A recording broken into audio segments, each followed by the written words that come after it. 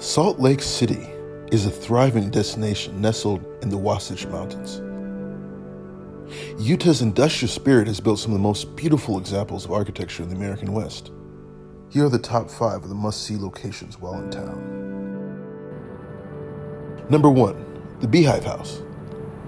The Beehive House was built in the heart of Salt Lake City in 1852 for the Mormon prophet Brigham Young. The building served as his primary residence and office.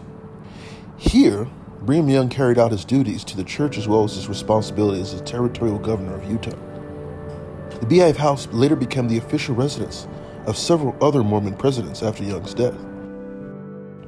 Number 2, the Utah State Capitol. Utah proudly became the 45th state in 1896. For many years, the early leaders of Utah worked out of borrowed rooms and buildings until the state was able to afford construction costs. An organization called the Capitol Commission issued a competition for the design of the building. The winning submission was from a Utah architect named Richard K.A. Kledding. The Capitol was finally finished in 1916, taking 9 years to complete in total. The interior of the building is decorated with floor-to-ceiling Georgian marble. There are intricate murals on the ceiling that illustrate the state's history. Number 3, Temple Square. Mormon pioneers designated the location of the temple just 4 days after arriving in the Salt Lake Valley. Temple Square was designed to be the geographic center of the city. Church architect Truman Engel was in charge of the design. The construction took 4 decades to complete and was finished in 1893.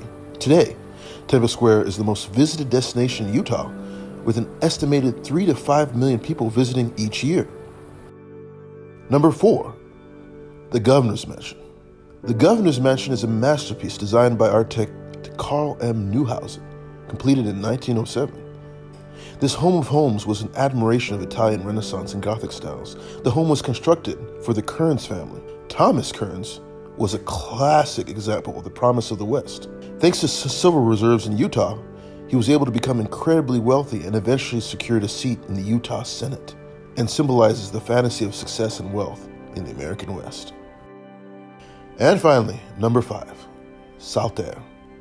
Saltaire was a popular recreation site in 1870. It was built by the Mormon Church on the south shore of the Great Salt Lake.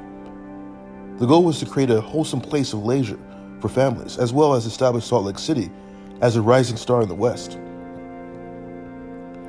The building was inspired by the playfulness of Coney Island and was hoping to be seen as an equally opulent destination. Saltaire was home to a variety of activities, including swimming in the Great Salt Lake, a roller coaster, merry-go-round, biking, boat rides, rodeos, and hot air balloons. At its peak, it was attracting 500,000 visitors a year.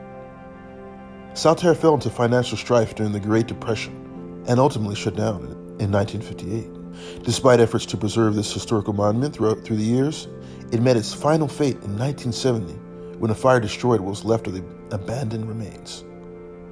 We hope you've enjoyed this brief venture into the rich history of Salt Lake City, and hopefully you've been inspired to seek more information.